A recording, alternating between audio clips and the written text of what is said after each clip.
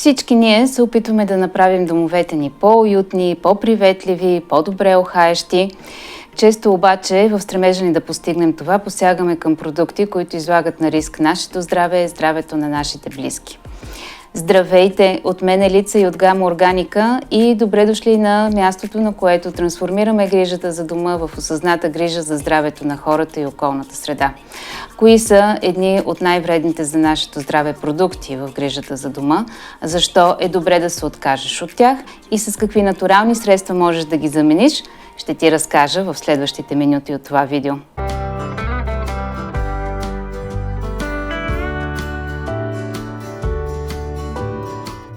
Днес си говорим за продукти, които често намираме в домовете ни, използваме ги, без да знаем всъщност, че някои от съставките в тях са изключително опасни за нашето здраве.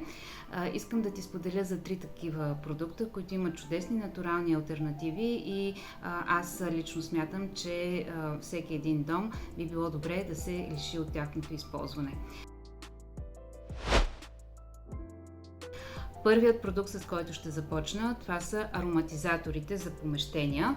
Тук имам предвид тези синтетични ароматизатори, които ние познаваме под формата на спрейове, тези, които поставяме в контактите и всички други ароматизатори с синтетичен произход. Основната съставка в тези ароматизатори са така наречените фталати. Фталатите са химични съединения, които са високо алергенни и са голям бич за имунната система на човек. Те дразнат нашата респираторна система, дразнат нашата ендокринна система.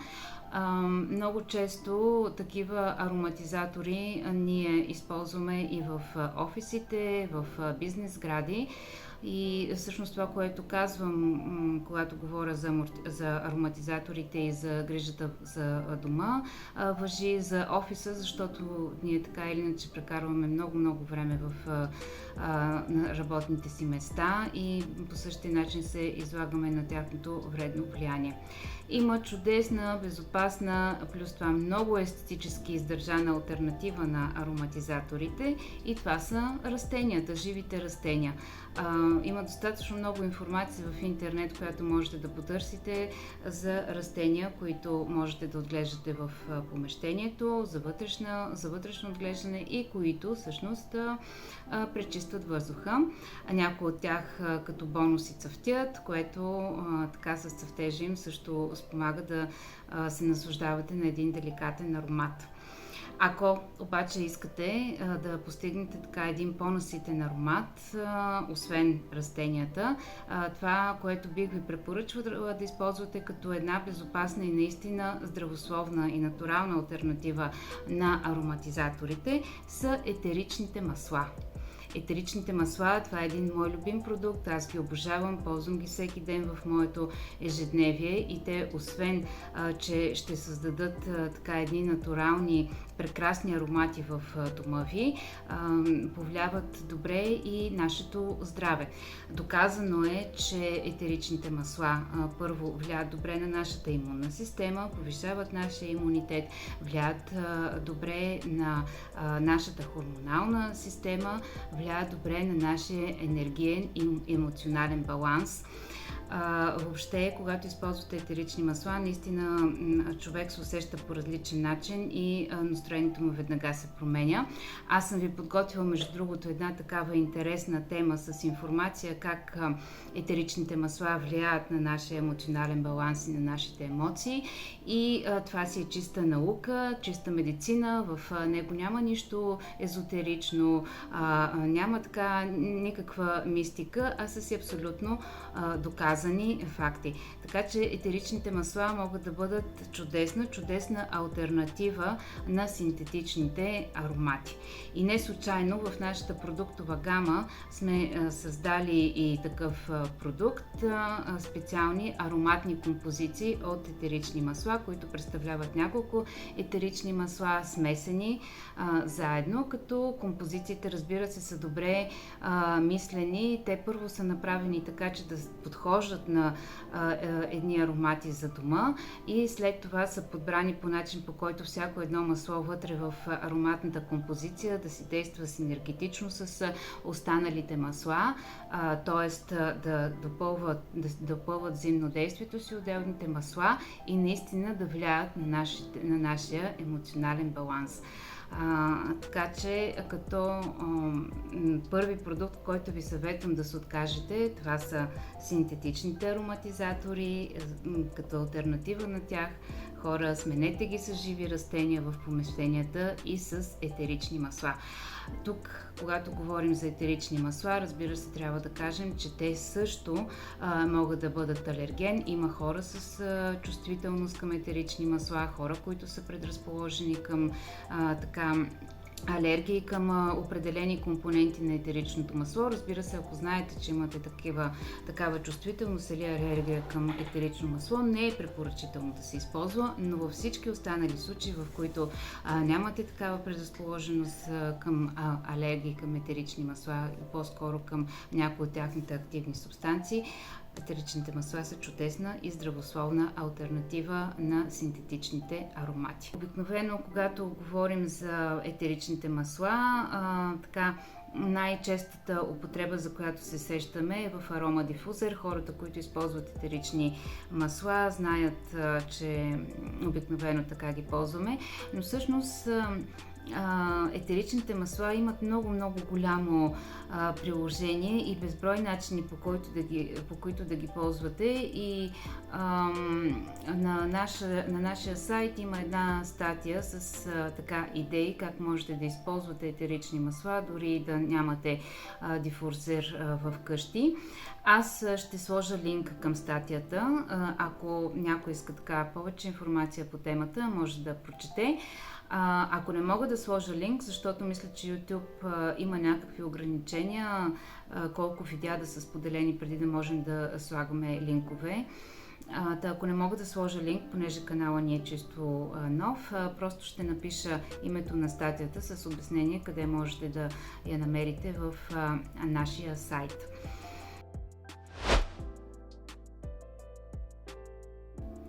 Вторият продукт, за който искам да ти разкажа днес, той е моя фаворит. Казвам фаворит в кавички, защото наистина това е един от най-вредните продукти, които ние използваме в домовете си. В същото време го откриваме почти във всеки дом и го използваме почти ежедневно, и това са омекотителите за пране. Омекотителите за пране, мили хора, аз няма да спра да повтарям това, много често го казвам и в нашите срещи с вас, в нашите живи срещи. Те са просто един коктейл от високо алергенни химикали, които освен всичко останало са формулирани по начин, по който омекотителя, част от него, да остава в тъканите, дори и след изпиране на дрехата. И това е не случайно. Всъщност по този начин се гарантира това, което ви очаквате от омекотителя и за което сте го купили, а именно да ухаят дрехите много седмици, много дълго време, да създават това усещане на мекота на дрехите и така нататък. Това всичко се постига като част от тези високо алергенни съставки, от които е направен омекотителя, остават по тъканите. От тук нататък, като останат по тъканите, пътя на тези съставки и на тези алергени е само един, и той е към нашето тяло. Ние чрез кожата си абсорбираме всеки един такъв остатък от омекотител. Знаете, че кожата ни има способността да абсорбира всичко, което е в допир с нея. Наред с това, кожата е и най-големия орган в нашето тяло и можете да си представите на какво сме изложени като абсолютна алергенна атака, когато носим дрехи, които са изпрани с омекотител. И втория път, по който омекотителите преминават в тялото ни, е чрез респираторната система, защото ние всъщност, вдишвайки този аромат от омекотителя, те влизат в тялото ни чрез респираторната система. Втората причина, поради която аз съветвам да се откажете от омекотителите, е, че противно на схващането, че ние правим нещо добро за тъканите и ги предпазваме, когато използваме омекотител, е точно обратното. И причината е именно пак в този факт, че омекотителите остават по дрехите, остават по тъканите, дори и след изпиране. По този начин те се наслагват между влакната, което с времето променя тяхната структура и в крайна сметка води до деформация на тъканта и дрехата чисто и просто се захабява по-бързо, отколкото ако не използвате омекотител. И това особено важи за деликатните тъкани.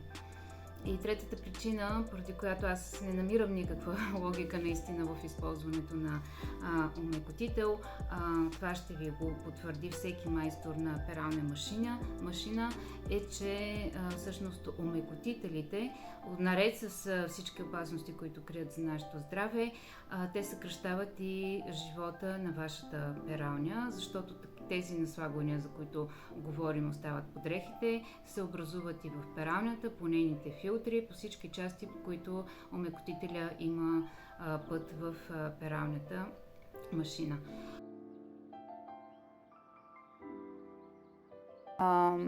Каква е алтернативата на омекотителите? Чудесна алтернатива за всички, които имат сушилня и ползват сушилня, са топките за сушилня. И аз най-вече харесвам и препоръчвам този вариант, който са вълнените топки за сушилня. Първо, защото вълнените топки, за разлика от другите пластмасови, са абсолютно натурален продукт, който не замърсява природата. Направени са от 100% вълна.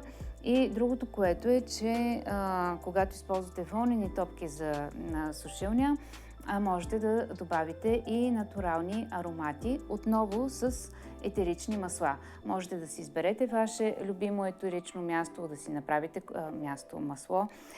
Можете да си направите комбинация от няколко масла или пък да използвате готови ароматни композиции, такива каквито ние имаме на нашия сайт. И по този начин да ароматизирате прането си. Чисто и просто накапвате няколко капки от етеричното масло или етеричния бленд върху топката за сушилня. 2-3, понякога може 4-5 капки, в зависимост от маслото, защото всяко масло има различен интензитет на миризма. Така че, в зависимост от това колко силно мирише едно масло, можете да ползвате по-малко или повече капки. Но обикновено 2-3 капки върху всяка една топка за сушилня са достатъчни. Изчаквате минута-две да попие добре в топките за сушилня, след което стартирате цикъла за сушене. Освен това, по този начин с етеричните масла можете да експериментирате и с ефекта на етеричните масла, за който ви споменах преди малко, в зависимост от прането. Аз, например, правя точно това. За различни видове пране използвам различни аромати. Например, когато използвам за спално бельо, за чаршафи, обичам да слагам аромати, които действат по-релаксиращо, по-отпускащо, спомагат за добрия сън. И на нашия сайт имаме една ароматна композиция, която се нарича Pure Sense, и тя така е много подходяща, наистина е много релаксираща и обикновено за такъв тип пране използвам нея. Когато пък говорим за ежедневни дрехи, там обичам да ползвам малко по-етерични масла, които са с по-парфюмна нотка. Това обикновено, което използвам за пералня, е нашия бленда ни, който се нарича Heavenly Touch, защото в него има две масла, които са доста силни и парфюмни. Едното е Ylang Ylang, другото е Гераниум. И второто масло, което ми е много любимо за сушилня, то се нарича Take Me Away. Той етеричен бленд не е просто масло, в него има пачули, портокал и бергамот. Също са едни масла, които много се ценят така от парфюмеристите и намират приложение в много парфюми, така че аз тях също обичам да ги ползвам за ежедневно пране. И когато си говорим за ароматизирането на прането по този начин, искам да ви така споделя също другия факт, че ароматизирането с натурални аромати, каквито са етеричните масла, не е същото като аромата от синтетичните омекотители и изобщо аромата на синтетичните всякакви такива ароматни синтетични вещества. Много по-деликатен е, много по-нежен и в първия момент, когато сте свикнали така с тези силни аромати изкуствени, в първи момент дори етеричните масла, аромата от тях, когато ги използваме, имам предвид в сушилня, може да ви се стори така леко слаб, дори може и да не го усещате на първо време и това е съвсем нормално, но когато така почнете постепенно да махате силните синтетични аромати от ежедневието си, като да речем изключите ароматизаторите, не ползвате такива, като махнете силно ароматизираните продукти за пране, като изключите омекотителите, като преминете да речем на продукти за почистване, които така не съдържат такива аромати синтетични. Тогава ще видите, ще забележите как вашите рецептори всъщност почват да се променят, цялата ви сензитивност, осезанията ви почват да се променят и почвате първо да усещате натуралния аромат, а след време почвате този натурален аромат да го усещате и по друг начин, защото всъщност наистина почвате да хващате, да усещате естествените, натуралните нотки на аромата и това е чисто и просто защото нашите рецептори се променят и така, ние ги изчистваме с времето от това, което се е натрупало от тези синтетични аромати. Това е за омекотителите. Не са добре за здравето ни, не са добре за тъканите, не са добре за нашата пералня, така че моля ви, откажете се от тях, истински ви съветвам и като алтернатива на тях можете да използвате, с тези, които ползват сушилня, можете да използвате вълнени топки за сушилня.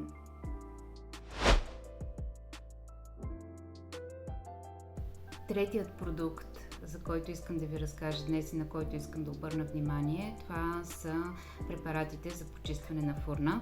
Всяка една прилежна домакиня знае, че безупречно чистата фурна си е предизвикателство, трудно се чисти фурна, всички знаем, няма какво да се лъжем.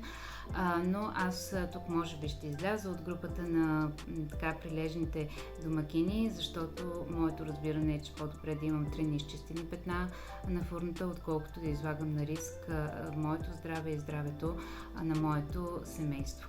Защо ви разказвам за тези продукти? Защото именно поради факта, че трудно се чистят наслоени мазнини и то такива, които са претърпяли термична обработка, обикновено препаратите за фурна са с много агресивен състав и съставки, които направо можем да наречем, че са токсични. Много голяма част от препаратите за фурна, тук може да се изненадате, но съдържат сода каустик. Всички знаем сода каустик какво влияние има върху нашия организъм. Всички сигурно сте забелязали, че след като изчистите старателно фурната с определен препарат за фурна, фурната известен период от време продължава да мирише на съответния препарат и това е така, защото най-вероятно, колкото и добре да сте избърсали след препарата, най-вероятно една част от продукта, от този препарат е останал във фурната. Оттам нататък високата температура при готвене всъщност помага съставките от този продукт, който не сме успяли да измием напълно от фурната, да отидат директно в нашата храна.